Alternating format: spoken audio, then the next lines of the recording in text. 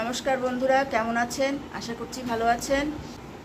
আজকের দিনটা শুরু হলো, এই যে বাইরে অনেক পরিষ্কার, একদম সেই গরম পড়বে আজকে, রোদ উঠছে।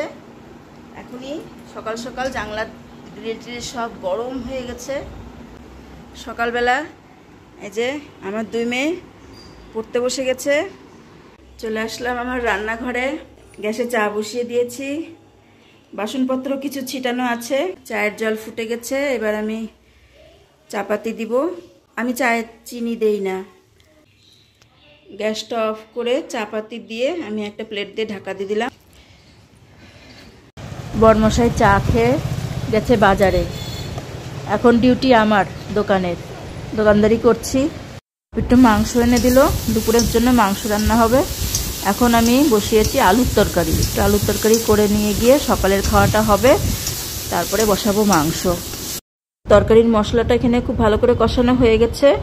এবার আগে থেকে সেদ্ধ করে রাখা আলুর টুকরোগুলো আমি কড়াইতে ছেড়ে দিলাম। সুবিধা হয়, একটু তাড়াতাড়ি হয়, আবার দোকানে খাবার নিয়ে যেতে হবে। সম্পূর্ণ সারাদিনের ভিডিওটা দেখাতে পারবো না, আজকে এত অবধি দেখাবো।